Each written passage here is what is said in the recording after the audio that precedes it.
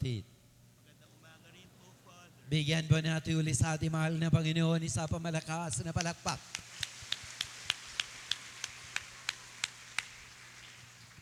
Mga kapatid, habang nakinig natin ang mga readings na sa Santa Misang ito, sigurado, klaro ito para sa atin lahat. Lahat ng mga readings na ito tungkol sa pagkaalagad ng Panginoong Yesus. Tayo po ang mga alagad ni Lord. Amen? Hindi lang po mga sisters na dito, hindi lang po katulad sa aking mga kaparian, lahat po tayo, we all are the disciples of the Lord. Pero sa pamamagitan nito mga readings na narinig po natin, ang itong Ebanghelyo ay sa San Mateo, Kapitulo 10, versikulo 37 hanggang 42, at ganoon din itong unang pagbasa, pangalawa na aklat ng mga hari tungkol kay si Propeta Eliseo, at ganoon din ang mga payo ni Pablo, ito mga sambayanan sa Roma. Sabihin ng Panginoon sa atin lahat, anong uring alagad na that He expects of us. Isang alagad, mga kapatid, siya po ay umiibig siya na tamang bagay. Loving correctly. Pangalawa, mga kapatid, siya ay alagad, siya magpasan siya ang mga crosses, kahit anong klaseng cross, mabigat man, magaan man. Pangatlo, siya mga kapatid, alagad ay welcoming siya sa lahat ng mga tao, kaibigan man at kaaway man. So tingnan po natin sa isa't isa. Ano ba ito mga ibig sabihin na alagad ni Lord? Alagad ng Panginoon una mga kapatid, siya ay He loves correctly. Bakit ba? Dahil sinabi ni Lord dito sa Ebanghelyo, Kapitulo 10, versikulo 37 ni San Mateo, sinabi po niya, ang umiibig sa ama o sa ina, ang umiibig sa anak na lalaki o babae, higit sa akin, hindi karapat dapat sa akin. Siguro mga kapatid, para sa atin, medyo confusing naman. Ngayon sinabi niya, huwag tayo mahilin natin mga kapwa, ang mga magulang natin, ang mga anak ninyo, o mga kamag-anak ninyo, kaibigan ninyo. Bakit binigay ni Lord na isang utos nandiyan sa ayon kay si San Juan, Kapitulo 13, versikulo 34, sinabi po niya sa kanya mga alagad at sabihin niya sa atin, ito ang aking utos, mag-ibigan kayo. Pero samantalang ngayon sabihin niya, wag daw. Ano nga ito? Di ba?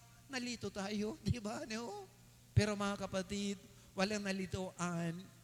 Sabihin ng Panginoon, ang umibig sa ama at anak, umibig sa anak na lalaki at babae, higit sa akin.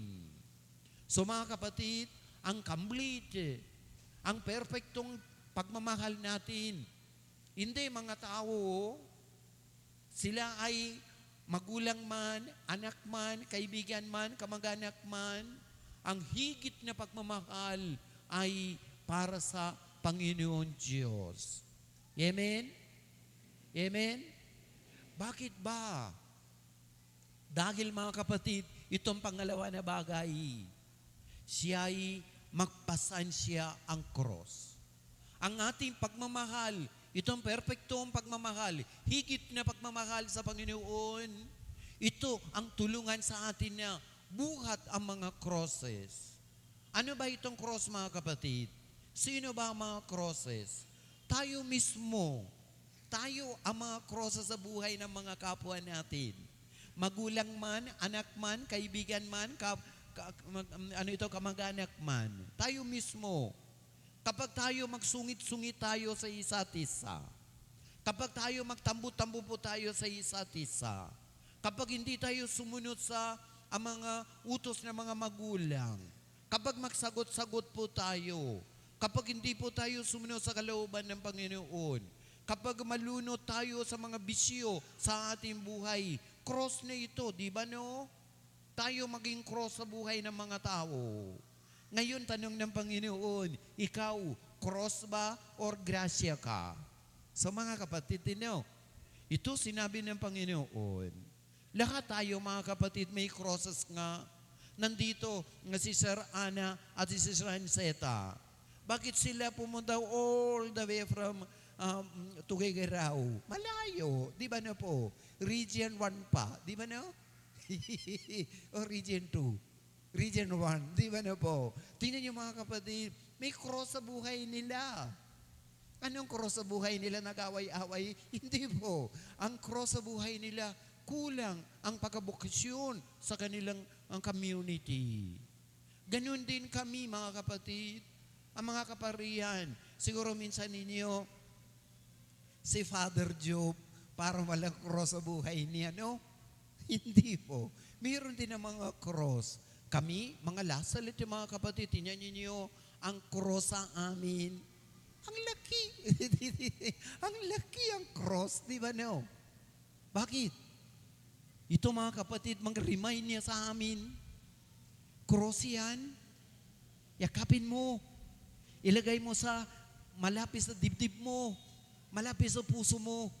So mga kapatid, kung may pagmamahal, kung may pagmamahal, madali ang buhat ng cross.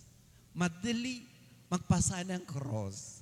Madali magsumunod sa Panginoon. Amen? Amen? That is why mga kapatid, sinabi ni San Pablo, ito mga Kristiyano taga Roma, sinabi po niya mga kapatid, tayo'y pakikipag-isa kay Jesus.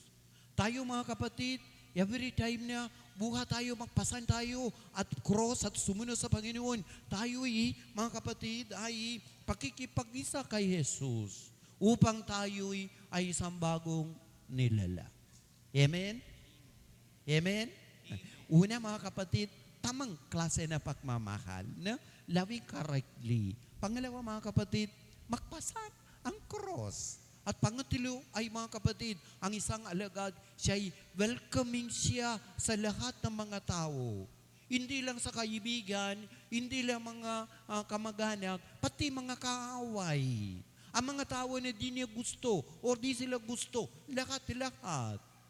Bakit mga kapatid? Ito sinabi ng Panginoon, sino man ang tumatanggap sa inyo ay tumatanggap sa akin. Tingnan niyo mga kapatid, every time na welcome tayo. Hindi itong taong ito, ang Panginoon. Dahil sa sinabi ng Panginoon, di ba Mateo 25, 40, mga kapatid, sinabi niya, every time you did this to the least of my brethren, you did it to me, sinabi ng Panginoon. Mga kapatid, hindi na ako kailangan sabihin sa inyo paano maging welcoming, di ba no? Hindi na ako kailangan sabihin sa inyo paano maging hospitable. Kayo, talagang hospitable po kayo.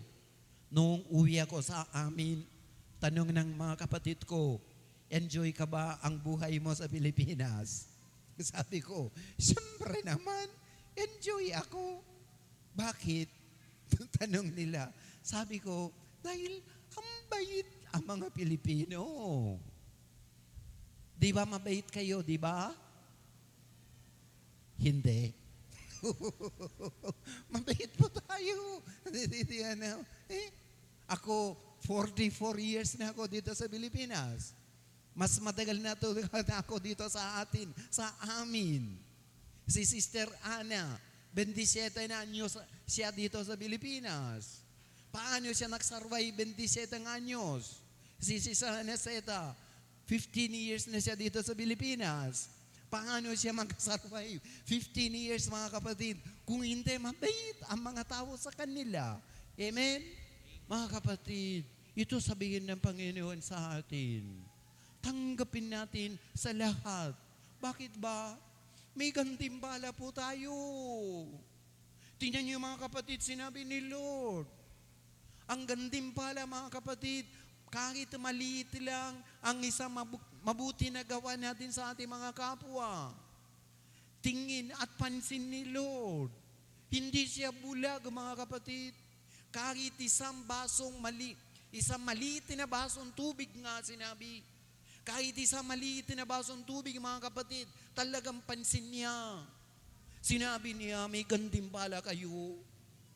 Ukol sa propeta, ukol sa matuwid na tao.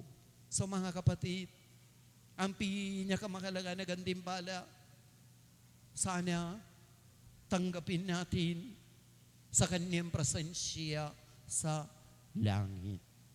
Amen? Amen? That is why, mga kapatid, sinabi ng Panginoon, upang lahat po tayo tanggapin itong mahalaga na grasya, itong gantimpala sa kanyang kaharian.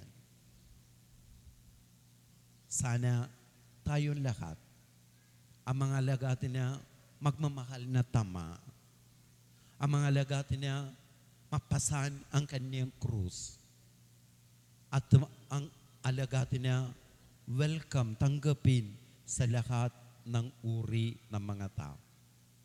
Amen? Amen? Sumasambalataya ako sa Diyos amang makapangyarihan sa lahat, na may gawa ng